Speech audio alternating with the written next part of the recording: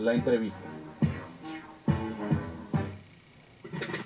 Bien, estamos de regreso, 4:19 y me da muchísimo gusto saludar a un gran amigo Híjole, ya tenemos muchos años de conocernos, años. comunicólogo a final de cuentas también, Sí, sí, sí. Rafael Alvarado, que, bueno, en particular, maestría en Ciencias de la Familia. Maestría de Ciencias de la Familia, así es. Y fíjate que en el anterior programa, que vino otra invitada, estuvimos platicando acerca del papel de la comunicación dentro de la familia. Y bueno, hay un área de la comunicación que es poco explotada, que es precisamente pues, el aprender a comunicar, la comunicación humana. La mayoría de los que estudian comunicación pues, están pensando en comunicación mediática y todo esto, ¿no? Absolutamente. Y es muy descuidada la parte de comunicación humana. Tanto es la crisis que hoy te vas a cualquier tienda de libros y infinidad de libros de cómo comunicarte, cómo escuchar. Sí. Mucho charlatán, obviamente, también, escribiendo sus libros.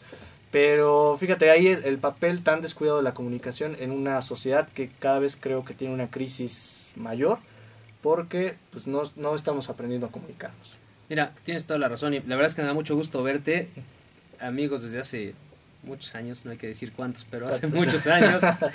Y bueno, pues es que sí, primero en la carrera de comunicación vas aprendiendo cosas, esa digestión de conocimientos dura otro rato, otros años, y luego con la especialización te das cuenta que pues que vas a tener que volver a aprender. Porque el mundo, la vida es dinámica, nosotros como seres humanos somos seres cambiantes. Y estaba leyendo hace poco a un autor poblano, por cierto, que se llama Francisco de Satarain, y tiene un librito que se llama Comunicación sin conflicto. Y en ese libro habla de cómo precisamente todos creemos que somos profesionales de la comunicación. Pero eso está en nuestro ser y se debe a que desde que nacimos estamos comunicándonos. El bebé cuando nace, su método de comunicación es el llanto. Y la mamá o la persona que está cerca de él, pues aprende a interpretar ese llanto. Entonces, la persona que está con él sabe si llora por hambre, si llora por frío, si llora por que le cambies el pañal. Y entonces uno va creciendo así, porque tenemos esa capacidad de comunicarnos. Entonces cuando llegamos a ciertas edades y empezamos a generar otro tipo de comunicación, caemos en conflictos. O sea, generalmente lo que ocurre es que creemos que transmitimos los mensajes como queremos, creemos que transmitimos correctamente cómo nos sentimos, creemos que transmitimos correctamente nuestras necesidades y no entre lo que intentamos decir y lo que al final acabamos de decir con toda la mediación que tiene la otra persona por ser un sujeto, pues ya se perdió.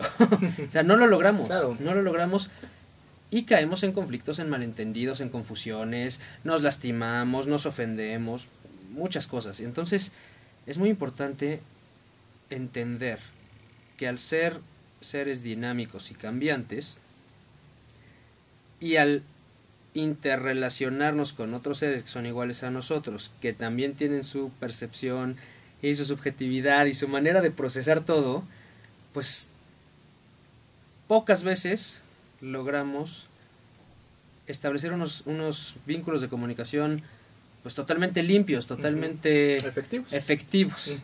Y lo que hay que hacer es aprender, o sea, lo que hay que hacer es no cerrarnos a pensar que ya sabemos y que todo lo sabemos, y más nosotros como comunicólogos, la verdad es que muchas veces pensamos que somos infalibles y somos los primeros que andamos metiendo la pata, ¿no? Claro. Fíjate, cuenta ahí mucho, no solo cómo lo dices, sino el tener esta parte empática de saber cómo es que la otra persona lo va a interpretar.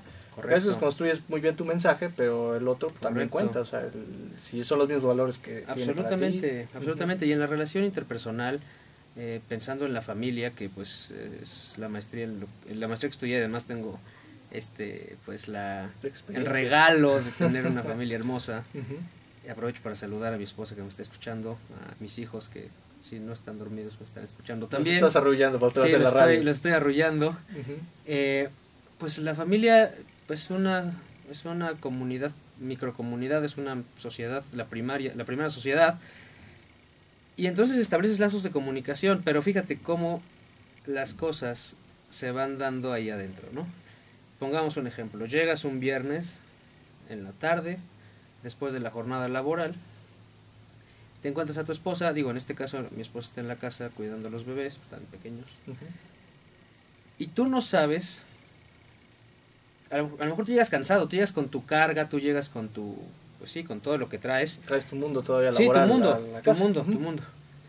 Y tu esposa, que está todo el día en la casa con los bebés, pues probablemente tenga diferentes necesidades y diferentes deseos que tú. Entonces a lo mejor lo que tú quieres es llegar a sentarte en el sillón o convivir con tus hijos un ratito y estar tranquilo, y ella lleva todo el día estando ahí en la casa. Entonces muchas veces sucede que hay un malentendido, hay un conflicto, porque ella quiere algo, ella quiere a lo mejor salir, ella quiere a lo mejor ir a dar una vuelta, o que vayan por algo de cenar o lo que sea, pero tú vienes en otro canal, vienes con otra cosa, y no se lo dices, y no te lo dice.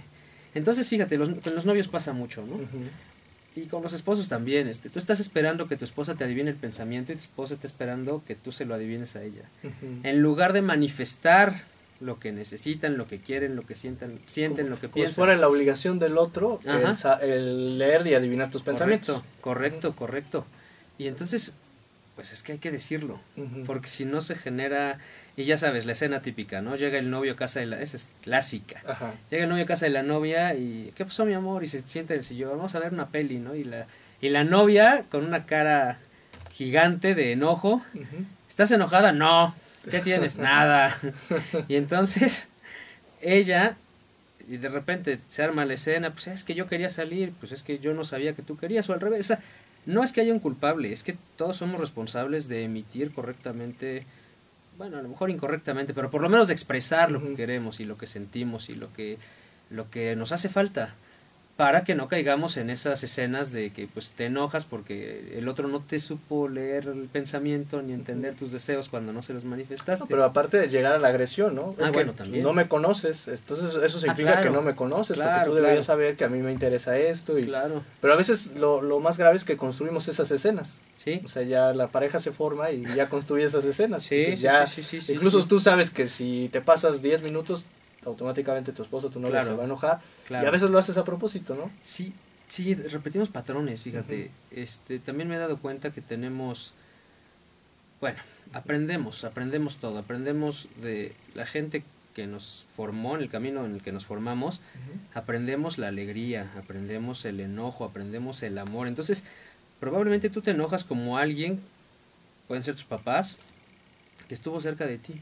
Entonces tú viste cómo se enojaba y tú viste cómo era la forma, o sea, la relación amorosa entre tus padres, o tú viste cómo expresaban su felicidad. O sea, tú vas aprendiendo esas cosas y efectivamente, a veces tú ya sabes qué va a pasar cuando te retrasas un poco o cuando no le das el lugar a la persona. Tú ya sabes qué va a suceder, pero repites patrones. Entonces, los mecanismos que detonan pues estos tanto la alegría como el enojo, como muchas cosas, pues son repetitivos. Entonces, si tú vives en una relación en la que todo el tiempo hay conflicto y enojo y todo esto, pues hay que ver qué cosas estás haciendo.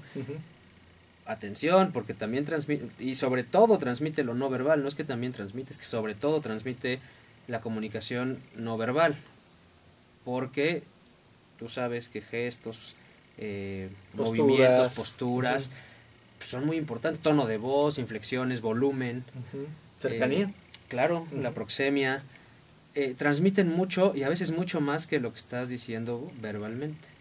Entonces hay factores, es que me choca cuando haces tal cosa, y a lo mejor la persona ni cuenta se había dado que lo hacía, pero es que lo aprendió a hacer. Y entonces, si no pasas al plano de la conciencia, todo esto, no te vas a dar cuenta de lo que estás haciendo bien o mal. Y es muy importante que cada quien asuma esa responsabilidad y que estudien los patrones.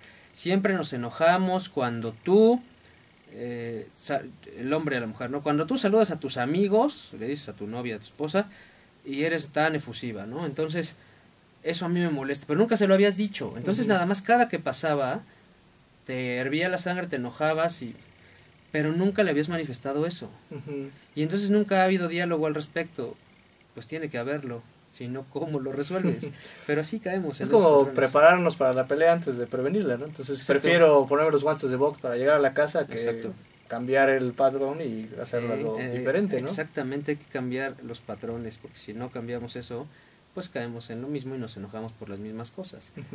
El problema es que a medida que pasa el tiempo, parece que te vas acostumbrando y entonces llega a entrar en la zona de confort todo ese conflicto. Entonces te sabes los pasos de la obra, sí, los pasos de la representación. O sea, sabes que va a pasar esto y que puedes reconciliarte siendo esto, ¿no? Entonces ahí vas montando la escena. Y pues creo que lo saludable es más bien pues tratar de cambiar las estrategias de comunicación. Yo recuerdo que siempre hay conflictos en la familia, papás, hijos, y yo alguna vez le dije a una persona de la familia que caí en la cuenta que siempre que empezábamos a platicar, llegaba un momento en que alguno de los dos se ponía a la defensiva. Hasta que un día se me ocurrió decirle, pues es que sabes que ya te pusiste a la defensiva y yo no te estoy atacando. Pero es que habíamos hecho de eso nuestra dinámica normal, sí, cotidiana. hasta que caímos en la cuenta que no nos estábamos atacando. Bueno, eso se suscitó porque probablemente hubo algunos espacios o muchos espacios en los que sí había una relación así como tensa y como buscando atacar al otro. Pero bueno, vas creciendo, vas cambiando y pues igual van sanando cosas o vas solucionando cosas, pero los patrones se quedan. Entonces ya afortunadamente lo detectamos y pues ya. Sí, asunto arreglado.